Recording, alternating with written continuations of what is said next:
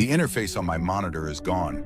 The complex array of timelines, geographic data overlays, and rendering engines I've spent the last 2 years of my life building has vanished. It's been replaced by a single stark white line of text on a black screen. It reads, Entity Proximity 3 meters. Below it, a smaller, colder subheading states, Location directly behind you. The cooling fans of my server rack are the only sound in the room, but I can't hear them over the blood roaring in my ears. I haven't moved a muscle in 10 minutes. I haven't dared to breathe. Because if I turn around, I know I'll see him. I'll see the man who walks. To understand the cold, absolute certainty of the terror that has frozen me in this chair, you need to understand what Project Chronos was and what I found inside it. It all started with a simple, marketable idea. Our navigation app, Waypoint, was a titan in the industry, but we needed a new killer feature. That's where my team came in. We called it Project Chronos. The concept was elegant. Integrate historical satellite imagery, archived street-level photography, and user-submitted photos into our existing mapping data. Allow a user to drop a pin anywhere on Earth and not just see the street view of today, but to slide a timeline back and see that same street in 2010, 1995, 1980, as far back as we had photographic evidence. It was a digital time machine for the everyman, a way to visit your childhood home as it was, to see cities rise and change. It was my magnum opus. For months, the work was exhilarating. We fed terabytes of data into the machine learning algorithms, teaching them to stitch together grainy photos, compensate for different camera lenses, and reconstruct 3D environments from 2D images. The first time I successfully navigated a digital recreation of 1960s Paris, a city of black and white cars and long-gone storefronts, I felt like a god. The world's history was becoming my sandbox. The bug reports started as a trickle, minor things. Rendering errors, texture popping, standard stuff for a beta this complex. The one that first caught my eye was flagged as Persistent Anomaly. A tester in our London office noted that in a street view of Piccadilly Circus from 1988, there was a background figure that seemed off. The report described a man seen from behind walking away from the camera. Nothing unusual except his clothing, a simple dark hoodie and jeans, seemed out of place for the era. The tester noted that the algorithm had likely pulled a corrupted asset from a more modern data set. He logged it as low priority. I agreed, made a note to check the asset library, and moved on. A week later, another report, this time from the Tokyo team. They were reviewing a data set of the Shibuya district from 1999. Again, a graphical anomaly, a lone pedestrian seen from the back walking away from the camera. He was on the edge of the frame, partially obscured by a crowd, but the description of his attire was identical. A dark hoodie and jeans. My brow furrowed. The odds of the same corrupted asset being pulled and inserted into two completely different historical data sets, generated on opposite sides of the world, were astronomically small. It was a statistical impossibility. I pulled up the two instances on my main monitor. Piccadilly, 1988, Shibuya, 1999. The lighting was different, the film grain distinct, the worlds they occupied utterly separate. But there he was. In London, he was walking past a red double-decker bus. In Tokyo, he was about to round a corner covered in neon signs. The same height, the same build, the same nondescript modern clothing. Always facing away. A cold knot tightened in my stomach. This wasn't a corrupted file. This was something else. I spent the rest of the day in a coding frenzy, writing a custom script. It was a simple image recognition program designed to scan the entire Chronos database.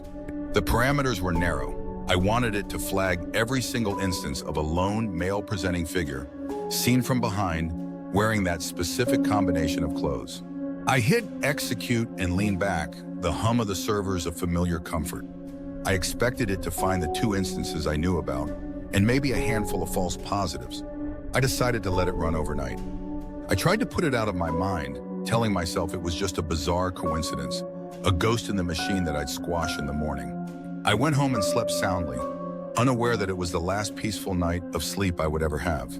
The next morning, I walked into the office with a coffee in my hand, ready to solve the puzzle. When I sat down at my desk, I saw the number on my monitor. The script had finished. and it had found 14,132 instances. My coffee cup slipped from my hand, shattering on the floor. I didn't notice. I was frozen, staring at the screen. 14,000. It couldn't be. I clicked open the log file, my hand trembling. The entry scrolled down the screen, a cascade of coordinates and timestamps. A quiet street in Cairo, 1972. A bustling market in Mumbai, 2005. A desolate highway in rural Australia, 1993. A snow-covered road in Helsinki, 2014. On and on it went, a global tour spanning 5 decades. I started clicking them, opening the street views one by one. And in every single one, there he was. The walker, I started calling him in my head. Sometimes he was far in the distance, a mere speck on the horizon. Other times he was closer, just a few yards from the camera's perspective, about to step off a curb or pass behind a tree. But his posture was always the same, walking away, his hands in his pockets, his head slightly lowered. Never a glimpse of his face, never a clue to his identity. My methodical programmer's mind kicked in, a desperate defense against the rising panic. I had to find a pattern. I started plotting the instances on a global map, color-coding them by decade. But there was no logic to it. His appearances were random, geographically and chronologically. He was a phantom, an impossibility stitched into the fabric of our recorded past. I spent a week locked in my office, telling my team I was working on a critical core system bug. My life became a cycle of caffeine and obsession. I stopped going home. I ate at my desk, slept on the office couch. My world shrank until it was just me, the glow of the monitor, and the walker. I tried to find his origin, the first appearance. I pushed the Chronos system to its limits, feeding it our oldest, most fragmented data. A grainy black and white photograph of a New York street in 1955. And there, almost lost in the blurry background, was a familiar shape. A figure in clothes that didn't exist yet, walking away. The chill I felt was no longer just intellectual curiosity. It was primal fear. He hadn't been inserted into the data. He was in the data. He had always been there. My second attempt at rationalization was that he was a watermark. Some strange, undiscovered signature left on the original photographic plates or film negatives. It was absurd, but it was better than the alternative. I spent days cross-referencing the original source images with our 3D reconstructions. I found a shot of a street in San Francisco from 1967. In the Chronos render, the walker was there, on the far side of the street. I then pulled up the high-resolution scan of the original photograph. My heart hammered against my ribs. He wasn't in it. The spot where he stood in my program was empty in reality. The realization hit me like a physical blow. He wasn't an artifact of the past. He wasn't in the photos. He was an artifact of the program. My program. The Chronos system, in its godlike attempt to reconstruct the past, was somehow generating him. It was seeing something that wasn't there, or perhaps it was seeing something that was. A presence that existed just outside of normal perception, that only a machine designed to look into the past could detect. This was the first moment of what I now call the false calm. I let out a long, shuddering breath. It was a bug. A terrifying, reality-bending, inexplicable bug, but a bug nonetheless. It was a flaw in my creation, and I could fix it. I could write a scrubbing algorithm, a patch that would identify and erase the walker from every instance in the database. He was just code. I could delete him. For the next 48 hours, I worked without stopping. I wrote what I considered to be the most elegant piece of code in my life.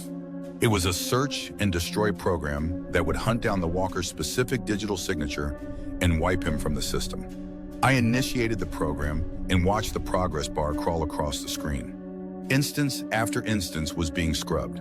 I felt a sense of triumph, of control returning. I was the creator, and I was reasserting my authority over my creation. When it finished, I let out a whoop of exhausted laughter. I immediately pulled up one of the previously infected files.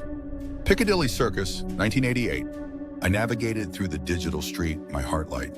I swung the camera around. The street was clean. The double-decker bus was there. The pedestrians were all era-appropriate. He was gone. It was over. I felt so relieved I almost cried.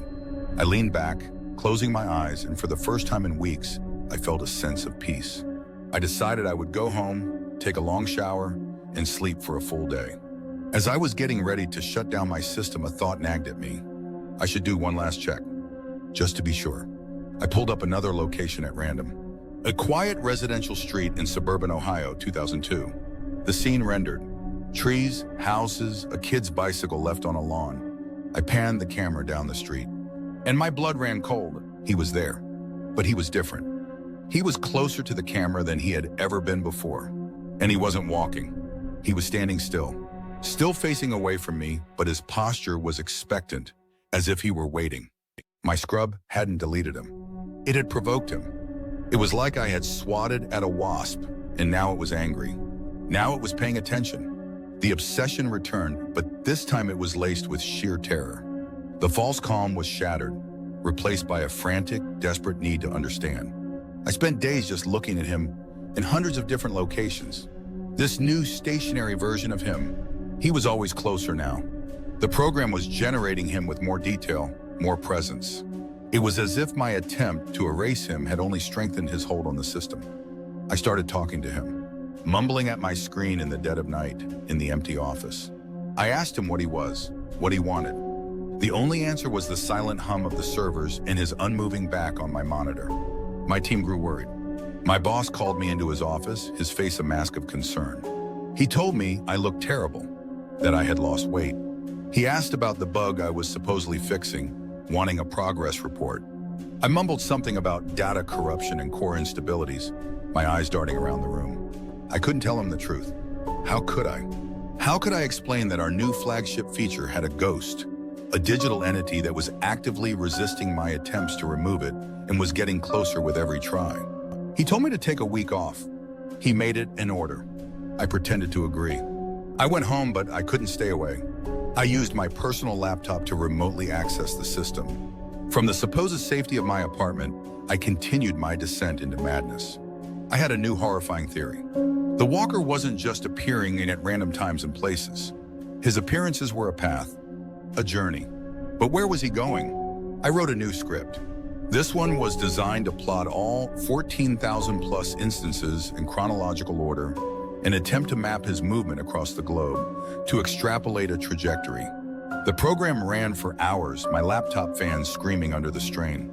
I paced my small apartment, unable to sit still, the fear coiling in my gut like a physical serpent. When the results came in, they were not a map.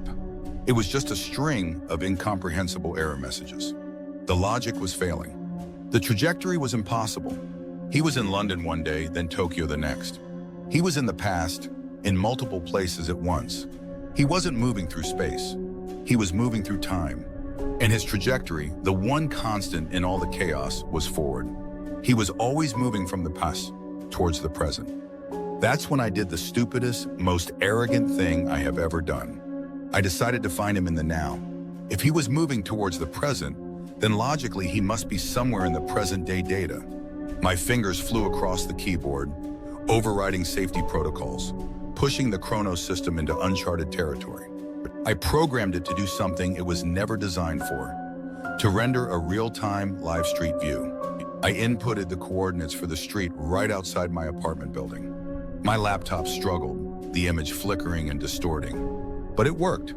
On my screen, I saw the familiar view of my street, rendered in the slightly sterile, uncanny valley aesthetic of the Chronos engine. Cars were driving by. A woman was walking her dog. It was all normal. I felt a flicker of relief. He wasn't there. My theory was wrong. It was just a bug. It was all just a bug. I was about to close the program, to finally listen to my boss and get some rest, when I saw it. In the digital reflection of my own apartment window, I could see the vague shape of a man hunched over a glowing screen. Me. A chill traced its way down my spine. And then I looked across the street in the render. Standing under a streetlight, partially hidden in shadow, was a figure. He was wearing a dark hoodie and jeans. He was perfectly still. And for the first time in thousands upon thousands of observations, he was not facing away. He was facing my building. He was facing me. I couldn't breathe. My screen was a window, and on the other side of the glass, the monster from my machine was staring at my home. The line between the digital and the real had ceased to exist. He wasn't just in the program anymore. He was here. He had finished his journey. He had arrived. I watched paralyzed as the figure on my screen began to move. It was a slow, deliberate motion. He raised his head, and then he began to turn. It was the moment I had simultaneously craved and dreaded for months. The moment I would finally see his face. The program struggled to render the detail, the image glitching and tearing at the edges. But I saw it. I saw his face. There was nothing there. No eyes, no nose, no mouth. Just a smooth, featureless expanse of skin, like a mannequin left unfinished. A perfect, terrifying blank. The moment his featureless face locked onto my position, my screen went black. A single line of code flashed in the center, a kernel panic error. The system had crashed. Seconds later, it rebooted. But it wasn't the Chronos interface that came back. It was just a black screen. And then the white text appeared. Entity proximity, 10 meters. My blood turned to ice. 10 meters. That was the distance from my desk to the front door of my apartment. I stared at the screen, my mind refusing to process it. A moment later, the text updated. Entity proximity, 5 meters. He was in my apartment. He had crossed the threshold from the digital world into the real one. The final firewall was gone. And then the final update. The one that is still burning on my screen right now. Entity proximity, 3 meters. Location, directly behind you. So here I sit.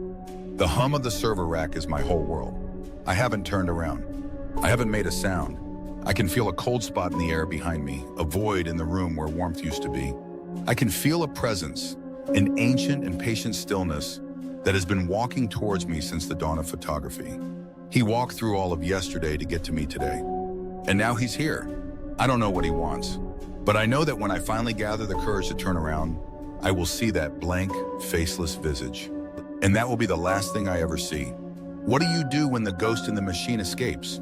I guess I'll never know for sure, unless you join me next time for the tale of the last broadcast from a radio station that doesn't exist.